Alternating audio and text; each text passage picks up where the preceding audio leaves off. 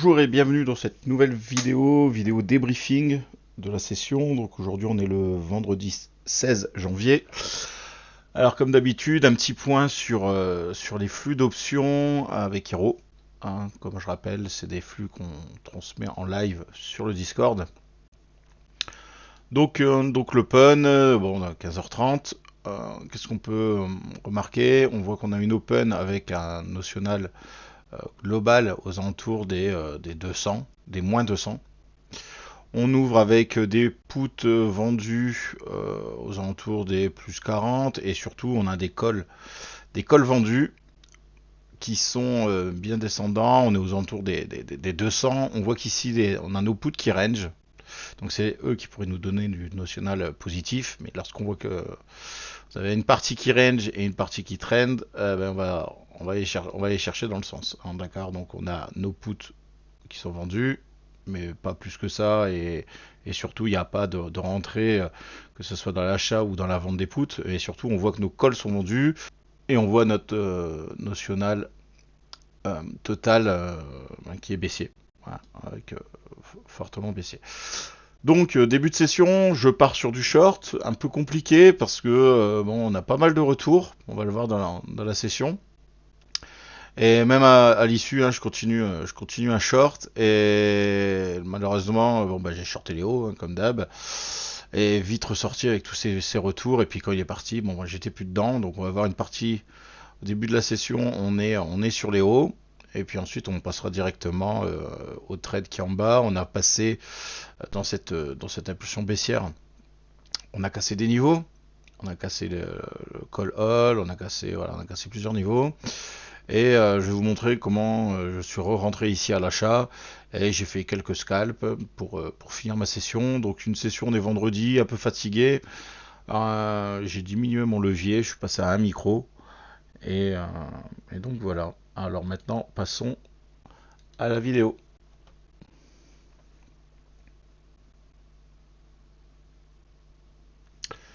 Donc l'open.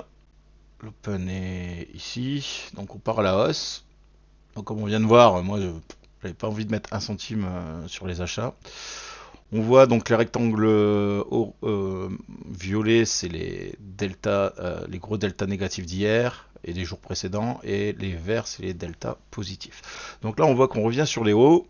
On est autour du POC d'hier, on voit qu'il y a beaucoup de vendeurs.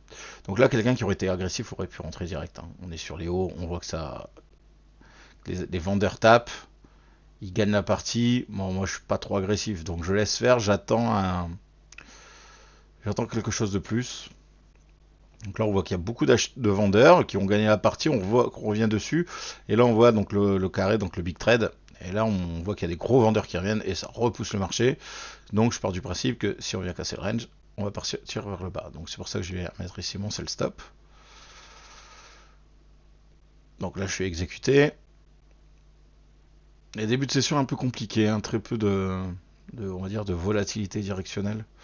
Donc ça c'est un peu compliqué. Donc là je vois un peu mon scénario. Je me dis bon ben s'il faut que ça remonte, j'ai cette zone là où on a pas mal de vendeurs hein, entre les traders agressifs vendeurs et les big trades. Je me dis si ça revient ici, je remettrai un micro. Malheureusement il s'arrête au POC. On voit une petite abso vendeur.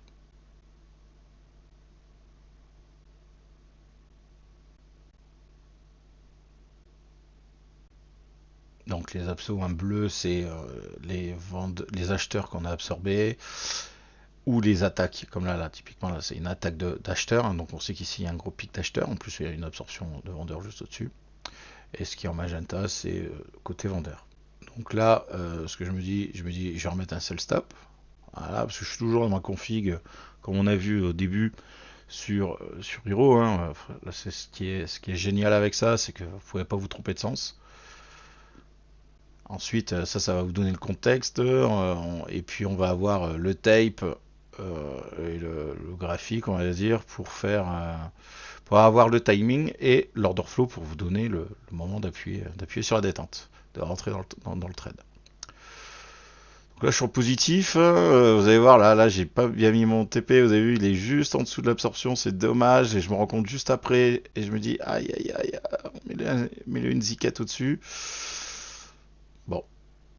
Donc je mets mon stop suiveur en positif. Je le mets au-dessus. Je vois qu'il y a une absorption. Et je suis sorti. Allez, on va passer au trade suivant. Trade suivant. Le marché remonte. On voit qu'il range. Donc je me dis ok, bon, il a pas très envie de... Et pour l'instant je vois pas d'impulsion baissière, pourtant dans le gamma négatif ça devrait décoller, mais bon, le travail n'est pas encore parti, donc je me dis, je vais assurer, je vais essayer de rentrer un peu plus haut. En fait compte on est dans un range et je me dis bon bah je vais essayer de rentrer short en dessous de ce delta positif, on voit que c'est ces vendeurs qui étaient là, donc voilà, tout simplement je mets une ordre limite ici, et comme d'habitude, si le moment de l'explosion arrive, et ben je rentre avec eux. Bon là on s'est fait un peu slipper. Hop, donc bon il m'a pris en bas du range. Donc là, j'enlève mon ordre limite et je remets encore une fois un sell stop en dessous pour aller chercher, pour avoir ce mouvement baissier. En fin de compte, j'ai un peu galéré toute la session parce qu'en fait, le mouvement baissier est arrivé, mais un peu après. Donc là, je vois, je suis entré market, on voit notre boîte violette, on voit une absorption d'acheteurs, on voit que le prix est rejeté. Je me dis, ça peut être un bon endroit pour DC à notre position.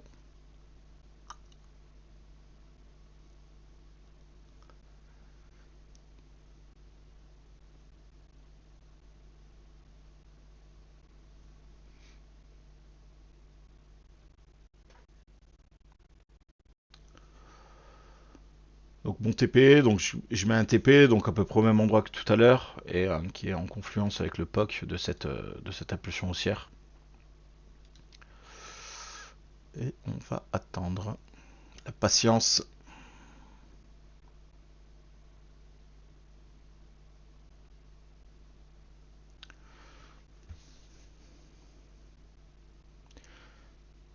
C'est ce qui est l'avantage avec Hiro par rapport à d'autres types de trading, hein, c'est que l'avantage d'Hiro, c'est qu'il va vous donner le contexte, il va vous donner, c'est un peu votre boussole. Donc là, typiquement à l'open, j'ai pas envie de mettre un centime sur les achats. Euh, Ce qui m'intéresse, moi, c'est les ventes. Et à chaque fois, je me fais un peu avoir parce que bah, on voit mes points de vente, ils sont pas au plus haut. À chaque fois, je pense que le marché il va partir et pourtant il part pas. Donc là, je vois encore une fois un rejet de la même zone que tout à l'heure. Donc bon, ben, je descends ma position.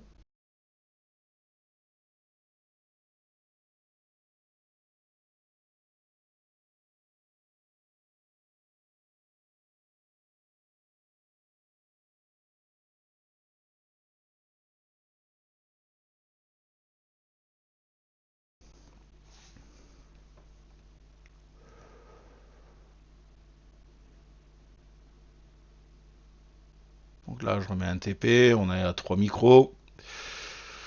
Je remets un TP dans cette zone. On voit qu'ici, les vendeurs, on a eu des gros vendeurs absorbés, des grosses attaques agressives, des petites attaques agressives. Donc j'essaie de jouer sécu. Je me dis, bon, bah, potentiellement, voilà, peut-être un rebond. En gros, on est vu une première fois, ça a rejeté. On revient une deuxième fois, un peu plus haut.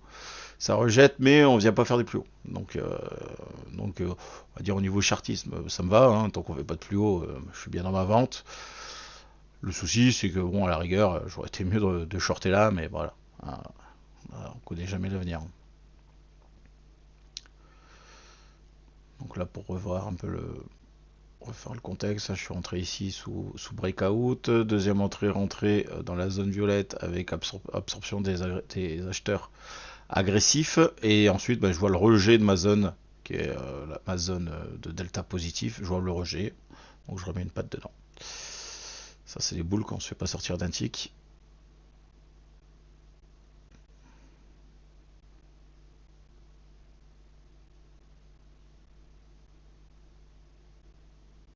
Voilà, je fais TP1. Certainement de mettre mon stop suiveur. Donc là, mon stop suiveur, tout simplement, je l'ai mis au cul de la bougie. Voilà. Rien d'exceptionnel. Et je me fais sortir. Allez, on va aller voir le trade suivant. Il descend pas franchement hein, depuis l'open. Ça descend, mais c'est vite racheté. Donc là, je rejoue la même chose. Breakout des plus bas. Là, c'est un peu dangereux parce que, en fin de compte, c'est ma zone où je voulais faire TP tout à l'heure. Mais comme je vois que à ce moment-là, Hiro continue à descendre et que on a le gamma national positif qui descend franchement, on a nos cols qui dégringolent. Donc mon scénario se confirme de plus en plus et ça me donne envie de rentrer en vente. Donc là, je vois mon absorption dessus. J'ai vu mon absorption qui est là, donc je me dis, bon, on va essayer de moyenner un peu le prix. Je mets mon TP1, je le mets là, ben, tout simplement pour deux raisons. On voit qu'ici, on a eu des vendeurs qui ont été absorbés. Puis surtout, c'est que c'est ma VL d'hier. Donc on va essayer de sortir dans la VL, de sortir voilà, quelques ticks au-dessus de la VL.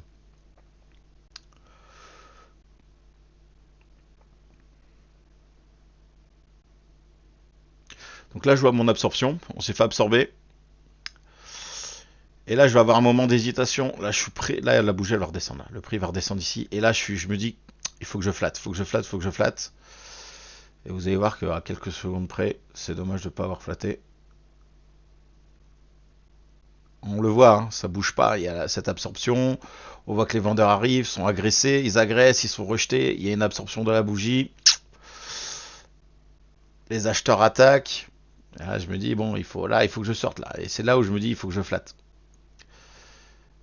Et je le fais pas. Là, pas du gain, certainement.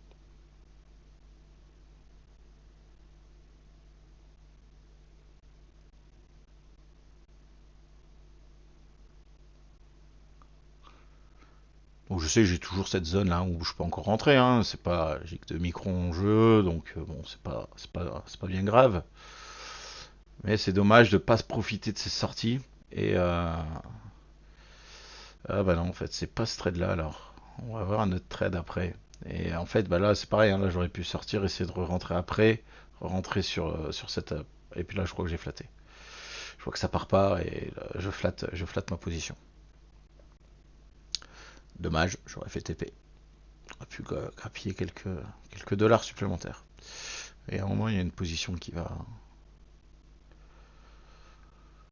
se dérouler comme ça. Je prends pas ma sortie. Là, je tire mon profil. Je regarde où sont les POC, où sont les deltas qui peuvent être défendus par le marché.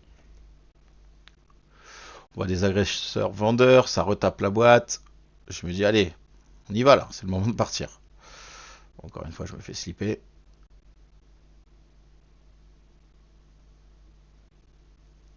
Donc là, trade encore une fois un peu dangereux, hein, parce qu'on est sur la VAL à tout moment. À tout moment, en fait, compte, ça c'est un trade qu'on n'aurait jamais pris si on n'avait pas Hero. Parce qu'on aurait dit, bah oui, on vient sur la VL d'hier, pullback, on repart sur le POC, ou on va voir la VH. Mais en regardant Hero, qu'on voyait que toutes les options sont vendues, que les calls sont vendus, que très peu de puts sont vendus, voire stables, et après ils vont même passer négatifs. Donc là, c'est porte ouverte au short, hein, donc il faut y aller. Mais c'est vrai que typiquement, si vous n'avez pas Hero, là vous arrêtez, vous dites, ouais, non, non, non, en limite, je vois des acheteurs qui sont absorbés, j'achète, et, euh, et c'est pas le cas. Donc c'est un outil, voilà, c'est là, c'est quand elle est redescendue, je me suis dit, ah, il faudrait que je sorte, il faudrait que je sorte. Et là, ram, le marché il part. Donc mon ordre limite qui était là, hein, parce que bon, j'avais mis qu'un micro, hein, je construis des pauses, donc a été pris direct.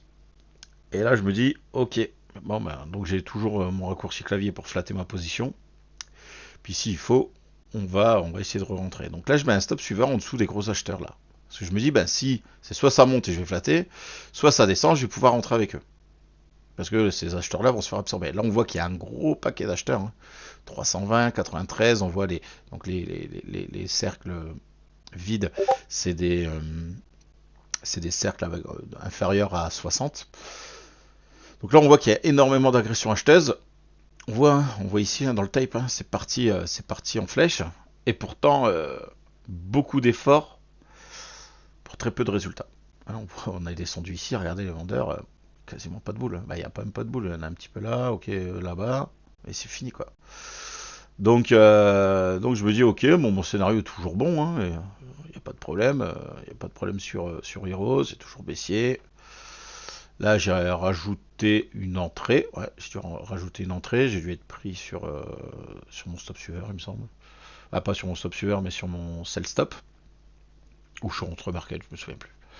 Mais voilà, en me disant, ok, bah, là-dedans, ça cafouille, ça veut pas monter, et si ça veut pas monter avec des acheteurs comme ça risque de descendre, hein. Automatiquement, si ça veut pas monter avec l'effort qu'ils font, c'est que ça va descendre, et si ça descend avec un paquet d'acheteurs comme ça absorbés, ça risque de partir. Donc là, on voit, je commence à écarter un peu même mes TP, je me dis, allez, let's go, c'est le moment.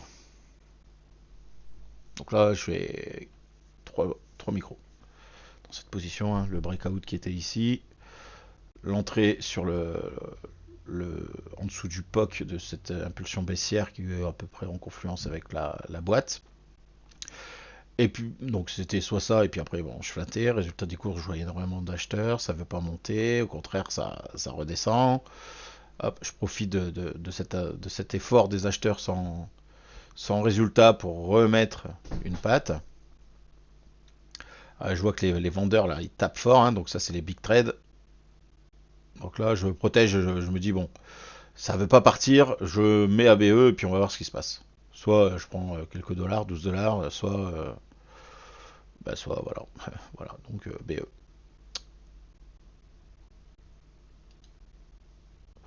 Donc là je me dis c'est pas perdu. Maintenant ok, je me suis fait BE, mais si ceux-là ils se font vraiment absorber, hein, c'est ce qui est en train de se passer, hein, les vendeurs reprennent la main, si ça part, ça va repartir.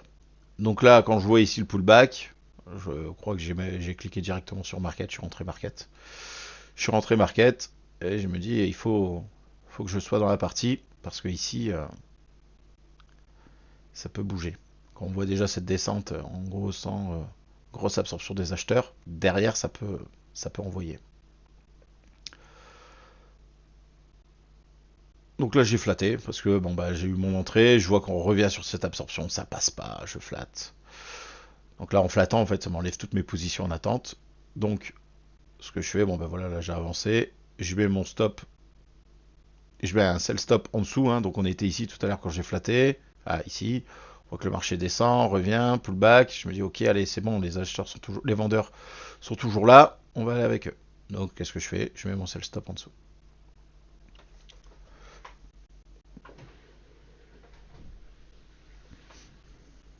Voilà, je suis pris avec eux.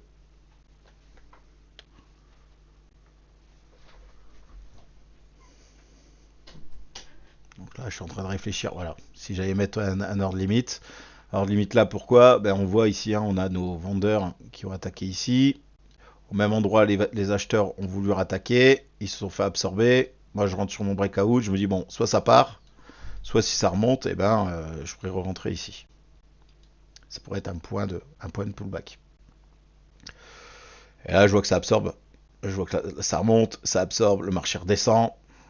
Donc, je me dis, bon, ça, il doit rentrer un peu plus bas.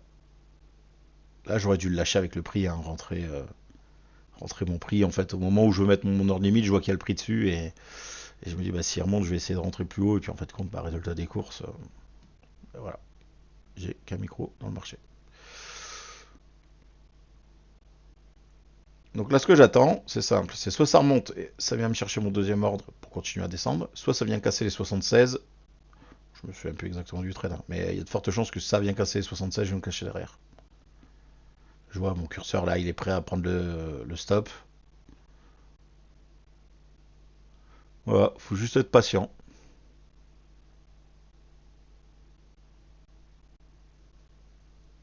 Voilà, ça a cassé. Je mets mon stop derrière le 76.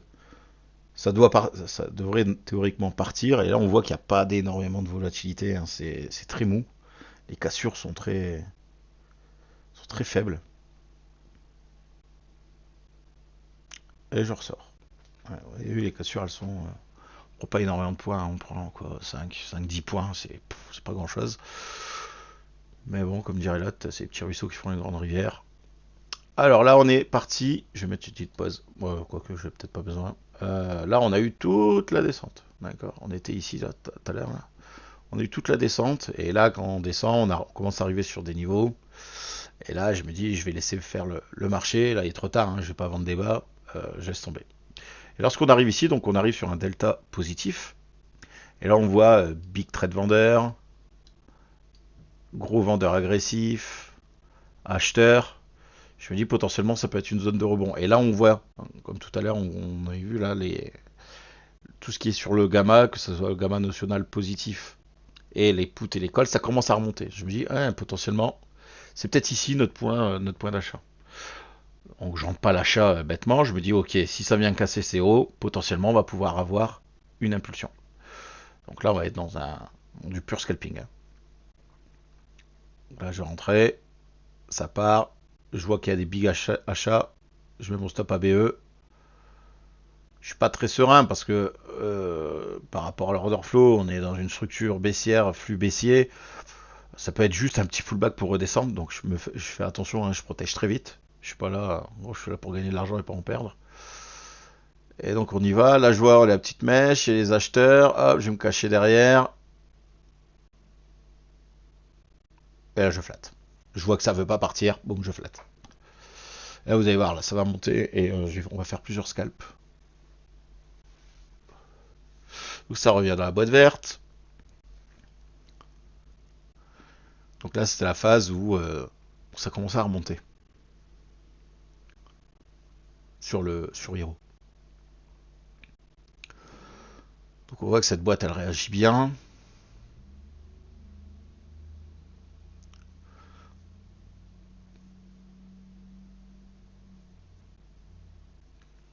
Là je suis en train de réfléchir, est-ce que j'attaque dès que je vois une absorption, que ça remonte ou une agression acheteuse, je rentre au marché, est-ce que je mets un buy stop sur les hauts. Là je suis en train de réfléchir, en train de certainement regarder Hero. Je suis en train de me dire qu'est-ce qui se passe. Bon là je vois des acheteurs agressifs, boum, je vois que ça repart, je rentre market. J'ai pris l'option numéro 2 aussi, c'est-à-dire je rentre market et si ça part, j'ai mon buy stop qui est au-dessus. Là ici je viens de mettre mon 1 TP sur mes deux, ben, si le marché monte là-bas, ben, j'aurai deux micros, donc j'en sortirai un ici, on est sur un niveau Vol Trigger de niveau gamma. Et là on va laisser faire le marché. Et là je flatte. Je vois que ça veut pas monter. Je dis bon, ça veut pas partir. Je me dis bon allez j'y retourne, on y va. Parce que je m'attendais en fait quand j'ai vu le ralentissement, je me suis dit ah il va redescendre. Donc c'est pour ça que j'ai flatté. Puis quand je vois que c'était juste un petit fake et ça tient, j'ai dit bon allez remets-toi où t'étais.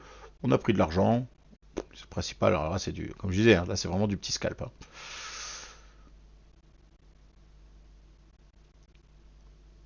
Donc comme je vois le momentum du marché, il est toujours en train de monter. C'est pour ça que je viens de mettre un buy stop sur les hauts.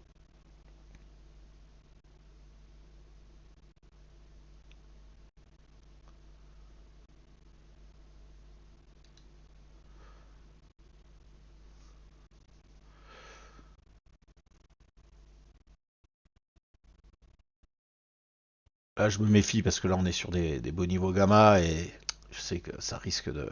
Il y a possibilité que ça reparte, hein. Ils peuvent juste venir faire un pullback là-dessus pour repartir plus bas. Donc je fais attention. On arrive sur le niveau. Hop, je protège. Je me mets derrière le pic ici du volume profile. Ça continue à monter. Je vais certainement me mettre sous la mèche là, en dessous du pic. Voilà, dans le creux. Ah, protégé par le pic. Et je me suis fait stopper. Eh bien écoutez, j'espère que cette vidéo vous a plu. N'oubliez pas de mettre un petit like, un commentaire. Et je vous dis à bientôt. Ciao, ciao!